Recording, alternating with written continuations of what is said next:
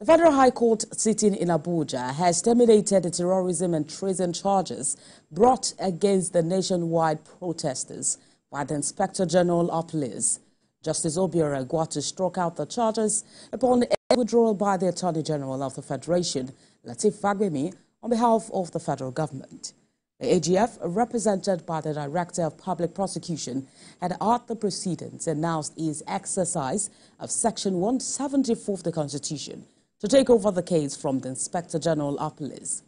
Upon the grant of the request by the Justice, the Attorney General proceeded to request for invocation of the same section of the Constitution to discontinue the trial of 109 accused persons.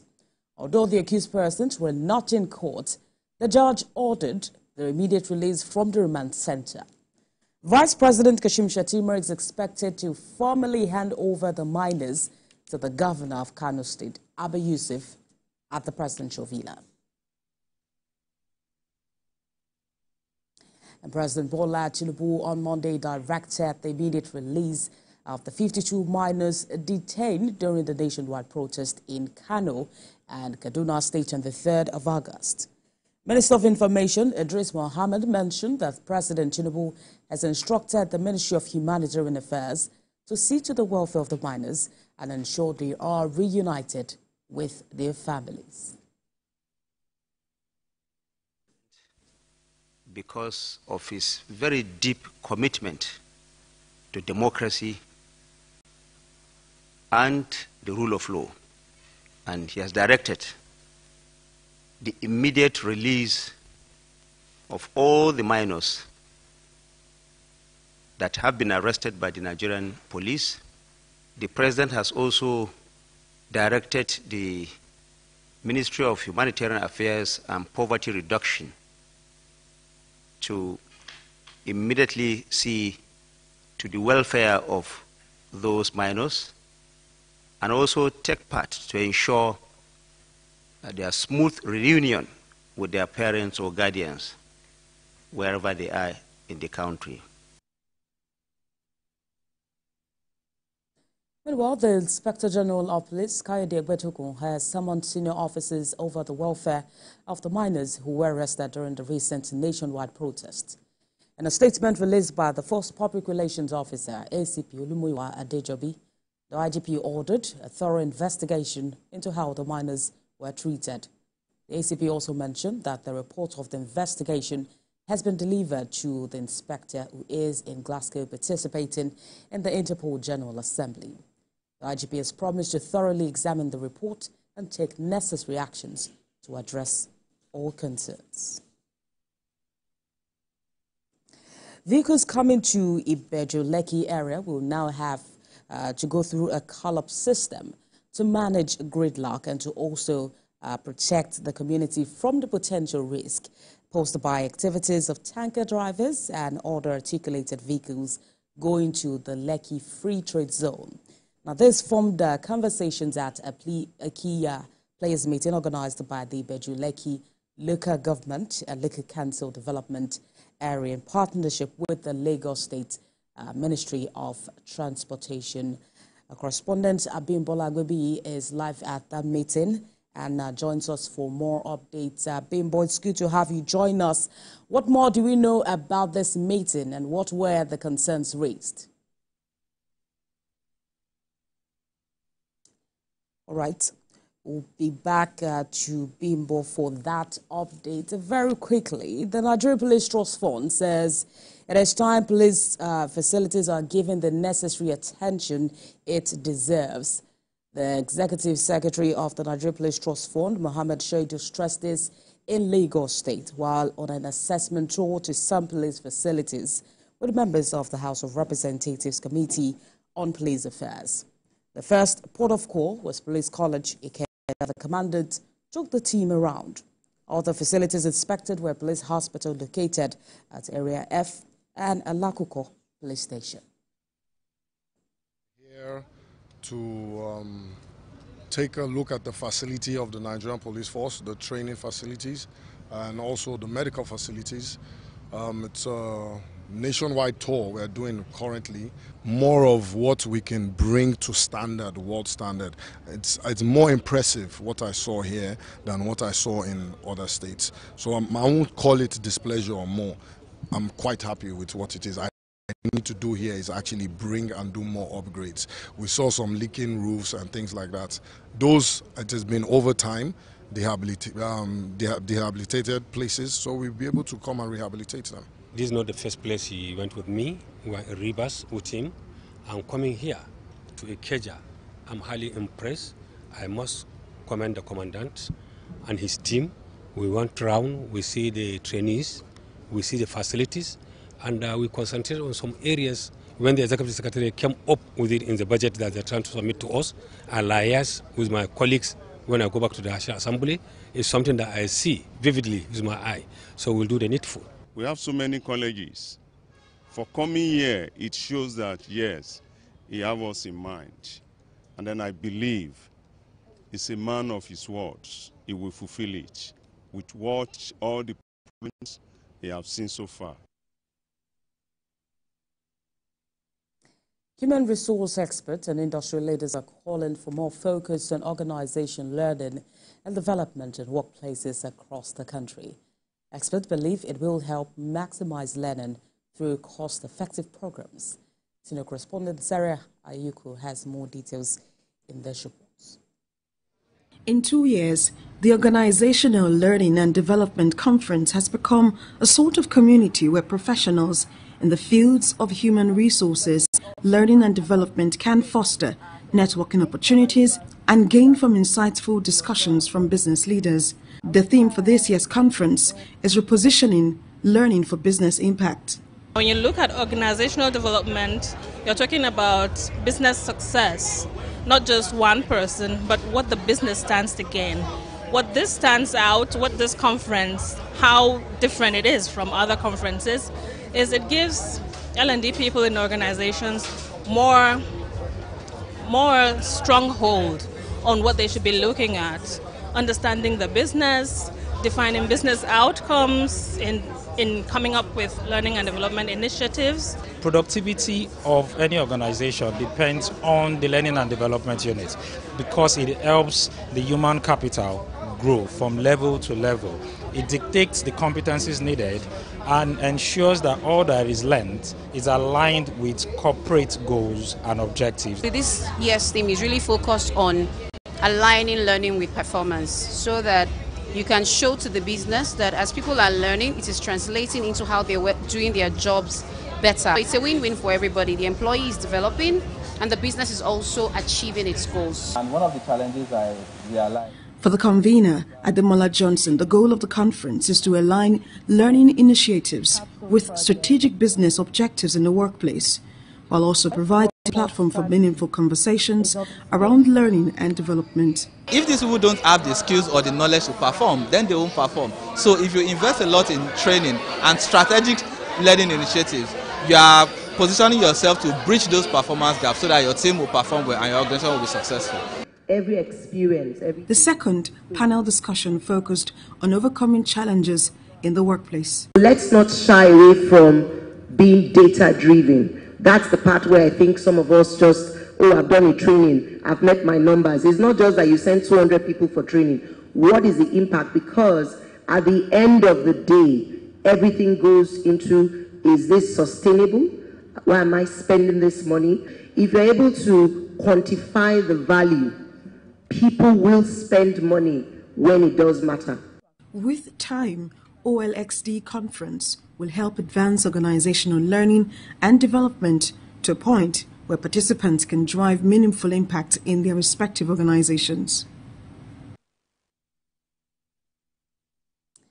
And back to Ibeja of Lagos State, where I told you earlier that stakeholders are in a meeting with the local council development area in partnership with the Lagos State Ministry of Transportation to address key concerns about managing traffic gridlock in the area. And once again, our correspondent, Bola Ahmed joins me live from that meeting.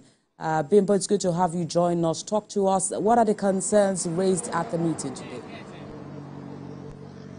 All right, so first of all, this stakeholders meeting was put together by the Bejuleki Local Government and Local Council Development Area, and it's been done in collaboration with the Lagos State Ministry of Transportation. And conversations here basically targeted at addressing activities of fuel tanker drivers, talking about indiscriminate parking of, fuel tankers along the Lekki Free Trade Zone corridor. So what we have heard over time is there have been complaints from residents of this community talking about the activities of these fuel tankers, how they've been coming into the community, and then how they park their vehicles and other articulated vehicles on the road. Now, what we have also seen is these activities of this community, residents of this community, we're talking about street trading and all of that, are also part of the things that they intend to talk about at this meeting. So what the Lagos State government is trying to do is to come up with a call-up system that will, in a way, address, checkmate how these fuel tankers, talking about movement of these fuel tankers into the communities. Also, they have agreed at this meeting that there should be some sort of agreement between residents of the community. Of course, they agreed that that these activities of these fuel tankers poses, high risk, talking about lives and properties in the community. But then they have agreed that some of these residents who have their businesses on the roads will have to move their businesses from the road. And of course, the call-up system is also expected to, allow these fuel tanker drivers to understand when they are expected to come into the community and when they're expected not to be in the community. So if you do not have any business coming to this axis to lift fuel, you are not expected to come in here. So we hope that as conversations continue here, we'll have better understanding of what this call-up system will address at this meeting. Right, Bimbo. And the Ministry of Transportation also disclosed whether this call-up system will be extended to other parts of Lagos. For now, what we have been told is this call-up system is what they intend to implement within this axis. And we've had conversations from, the local government chairman talking about past experiences, that we've had in places like Apapa, Pinkan Island, where we have these fuel tanker drivers always having, their vehicles parked on the road, endangering lives of people within that area.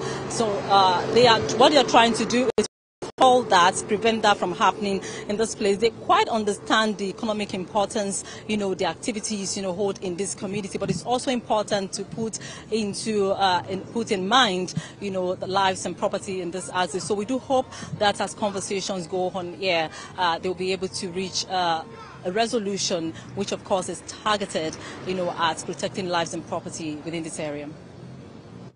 Our correspondent, Abimbola, will be live for us at Ibejuleki. Thank you for joining us. President Bola Tinubu says Nigeria is fully committed to actualizing upgraded partnership agreement with the United Kingdom in areas that directly impact the livelihoods of citizens. The president spoke when he received the United Kingdom Secretary of State for Foreign, Commonwealth and Development Affairs, David Lammy, at the State House. President Tinubu said his government will support the partnership for growth. He has also asked the United Kingdom to strengthen relations with Africa by showing more interest in some of the conflicts affecting countries such as the Republic of Sudan, particularly over humanitarian issues. Our economic ties through investments and trade, we can unlock substantial growth for both nations, drive job creation, and enhanced local value addition. Furthermore, we look forward to reinforcing ongoing engagements on security and counterterrorism while working together more closely on education, migration, transnational crime, healthcare, renewable energy, and multilateral reform. As we formalize our strategic partnership, this visit serves as a testament to the strength of the Nigeria-UK relations. I've discussed how together British and Nigerian businesses will drive economic growth for both of our nations and how we can leverage the City of London for more equity, more capital, for Nigerian big business. And I've seen investment in Nigeria, how investment can support cleaner and greener, cheaper energy at a time when there are many Nigerians excluded from having energy at all.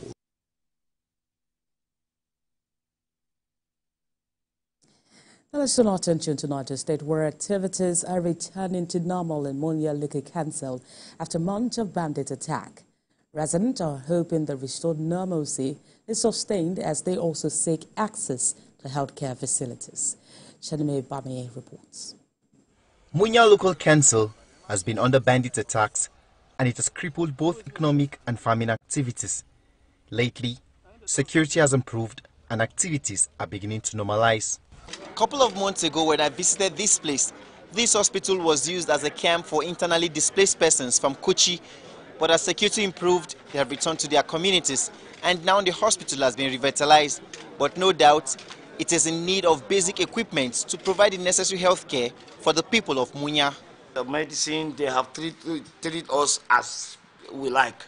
We don't have any problem. Now, anyone that operate, they have given medicine. Here we are lacking of the beddings and equipment. Secondly, you see the non-functional ambulance. We don't have the means of transportation. As long as we don't have the doctors here that they are handling surgical cases here. 15-year-old Julius has been battling this tumor for over a year. He depends on this hospital for health care. Today, the senator representing the Niger East Senatorial District, Mohammed Sani, is here to commission a new block as part of his constituency project at the hospital. And Julius is here to see if he can get help. I have directed that they should take him to Mina General Hospital. Let's start from there. And whatever it is, I've taken it upon myself to make sure that this young man will be healed and he achieved his potential. Treatments have already been supplied. They are all here. They have been delivered. The chairman was just explaining to me why they have not yet fully equipped or bring all those items in here. Also need equipment like the OIC have rightly said. We need essential equipment like the delivery kits and essential drugs. I want to use this opportunity to commend the senators for bringing projects that has direct bearing on the good people of Munya local government. And we urge the other representatives of the people to follow suit. An improvement in security will also make room for more development.